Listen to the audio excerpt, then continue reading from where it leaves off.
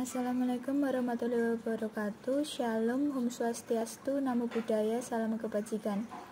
Perkenalkan, kami dari kelompok 2 yang beranggotakan Christina Cindy, Anissa Cahyaning, Umi Hasanah, dan Afifah Duyani. Kami di sini akan menjelaskan tentang penerimaan penugasan dan perencanaan auditing. Besar harapan kami bahwa rekan-rekan sekalian dapat memahami materi yang kami sampaikan. Penerimaan penugasan. Seorang auditor harus mempertimbangkan secara matang setiap permintaan auditing atau penugasan audit dari klien. Permintaan tersebut dapat berasal dari klien lama atau klien yang baru. Nah, auditor perlu mempertimbangkan dengan cermat setiap penugasan audit, terutama audit atas klien baru. Klien baru itu dapat dibedakan menjadi dua, yaitu klien yang sama sekali belum pernah diaudit dan klien berpindah dari kantor akuntan publik lain. Selanjutnya kita akan membahas penyebab kenapa klien berganti kantor akuntan publik. Itu ada 4 penyebabnya. Yang pertama, merger dua perusahaan yang kantor akuntan publiknya berbeda nama. Arti kata merger sendiri itu adalah penggabungan. Nah, jadi penggabungan dua perusahaan yang memiliki kantor akuntan publik yang berbeda. Jadi penggabungan ini mereka memutuskan untuk mencari kantor akuntan publik yang lebih besar lagi. Nah, yang kedua ada ketidakpuasan terhadap kantor akuntan publik yang lama. Kenapa ketidakpuasan?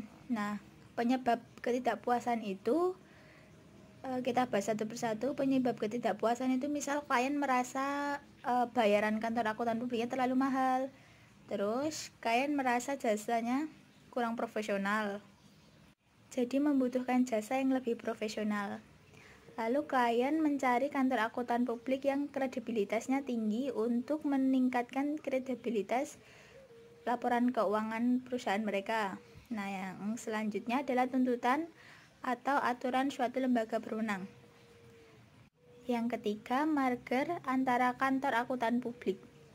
Nah, jadi karena penggabungan dua kantor akuntan publik ini menyebabkan klien tidak dapat mengimbangi keinginan kantor akuntan publik yang semakin besar. Jadi klien memutuskan untuk berpindah kantor akuntan publik. Yang keempat, aturan perundang-undangan atau aturan lainnya. Nah, ada beberapa pertimbangan penting sebelum sebuah kantor akuntan publik menerima penugasan audit. Pertimbangan yang dimaksud khususnya meningkatkan soal tanggung jawab kode etika profesi. Nah, oleh sebab itu dalam setiap permintaan audit, sebuah auditor harus mempertimbangkan 3 hal yang penting, yaitu tanggung jawab terhadap publik, yang kedua tanggung jawab terhadap klien, yang ketiga tanggung jawab terhadap rekan lain seprofesinya. Langkah yang harus dilakukan dalam mempertimbangkan setiap permintaan audit. Yang pertama, mengevaluasi integritas manajemen.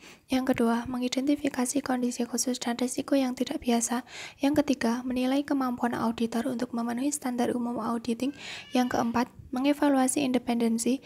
Yang kelima, keputusan untuk menerima atau menolak perikatan. Dan yang keenam, membuat surat penugasan audit atau perikatan.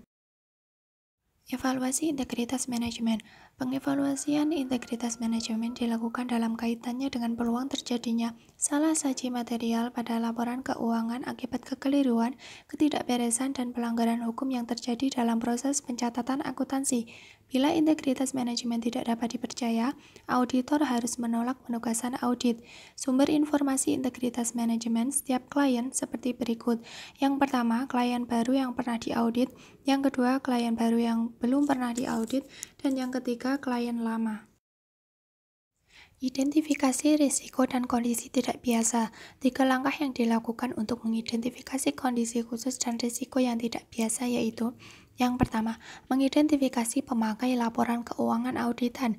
Langkah ini diperlukan karena pemakailah yang akan menuntut pertanggungjawaban secara hukum dari auditor seandainya mereka merasa dirugikan akibat penggunaan laporan audit maupun laporan keuangan auditan.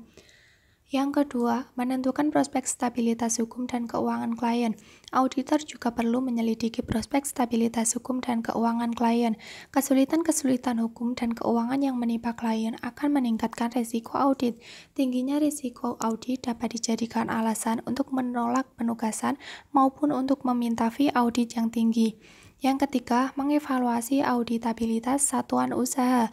Dalam mengevaluasi auditabilitas klien, auditor akan menilai kecukupan catatan akuntansi, peran manajemen dalam pelaksanaan struktur pengendalian intern, dan pembatasan lingkup audit.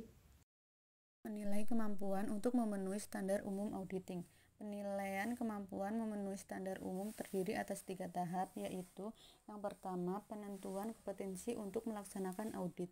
Standar umum pertama menuntut kompetensi teknik auditor dalam melaksanakan penugasan audit. Standar tersebut menegaskan bahwa betapapun kemampuan seseorang dalam bidang-bidang lain, termasuk dalam bidang bisnis dan keuangan, ia tidak dapat memenuhi persyaratan yang dimaksudkan dalam standar tersebut jika ia tidak memiliki pendidikan serta pengalaman memadai dalam bidang auditing, pendidikan formal auditor independen, dan pengalaman profesional yang dimiliki saling melengkapi satu sama lain. Ada 2 langkah yang dilakukan untuk menentukan kompetensi dalam melaksanakan audit, yaitu mengidentifikasi tim audit yang diperlukan dan mempertimbangkan perlunya konsultasi dan tenaga spesialis. Untuk standar umum yang kedua, yaitu pengevaluasian independensi. Standar umum kedua menuntut sikap mental independen auditor dalam melaksanakan audit. Standar tersebut mengharuskan auditor bersikap independen, artinya tidak mudah dipengaruhi karena ia melaksanakan pekerjaannya untuk kepentingan umum.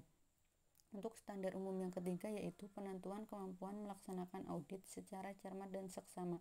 Standar umum ketiga menyatakan bahwa dalam melaksanakan audit dan penyusunan laporannya, auditor wajib menggunakan kemahiran profesionalnya dengan cermat dan seksama. Hal ini berarti bahwa kecermatan dan keseksamaan menuntut tanggung jawab setiap penugas audit yang bekerja pada suatu kantor akuntan publik untuk mendalami standar pekerjaan lapangan dan standar pelaporan dengan semestinya.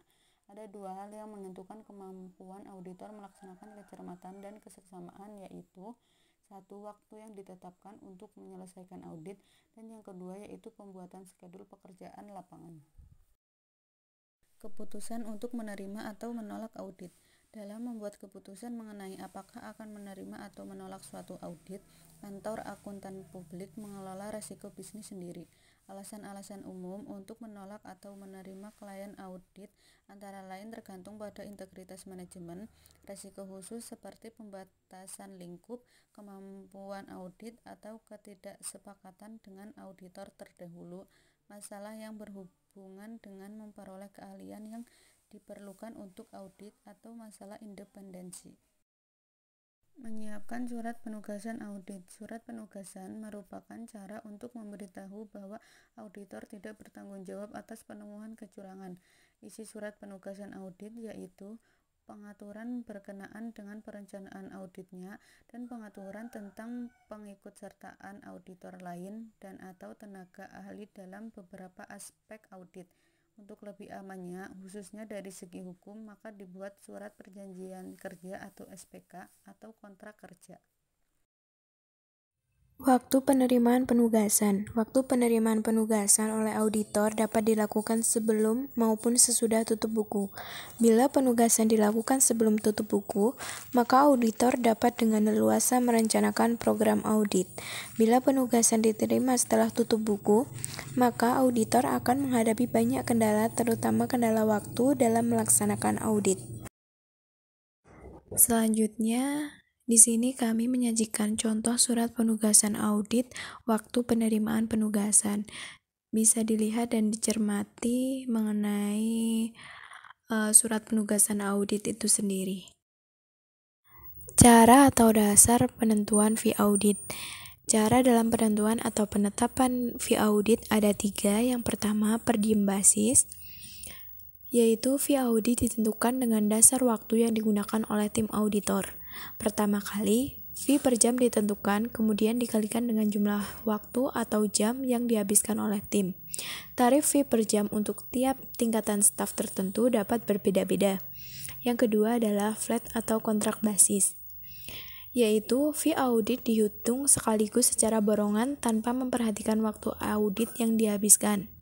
Yang penting pekerjaannya terselesaikan sesuai dengan aturan atau perjanjian. Yang ketiga adalah maksimum fee basis. Cara ini merupakan gabungan dari kedua cara, per diem basis dan juga flat atau kontrak basis. Pertama kali tentukan tarif per jam, kemudian dikalikan dengan jumlah waktu tertentu, tetapi dengan batasan maksimum. Hal ini dilakukan agar auditor tidak mengulur-ngulur waktu sehingga menambah jam atau waktu kerja. Faktor-faktor penentu besarnya fee audit. 4 faktor dominan yang menentukan besarnya fee audit yaitu yang pertama, karakteristik keuangan seperti tingkat penghasilan, laba, aktiva, modal, dan lain-lain. 2. Lingkungan seperti persaingan, pasar tenaga profesional, dan lain-lain. Yang ketiga adalah karakteristik operasi, seperti jenis industri, jumlah lokasi perusahaan, jumlah lini produk, dan lain-lain.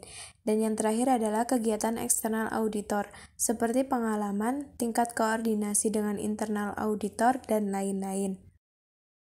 Sekian yang dapat kami sampaikan, kurang lebihnya mohon maaf. Wassalamualaikum warahmatullahi wabarakatuh.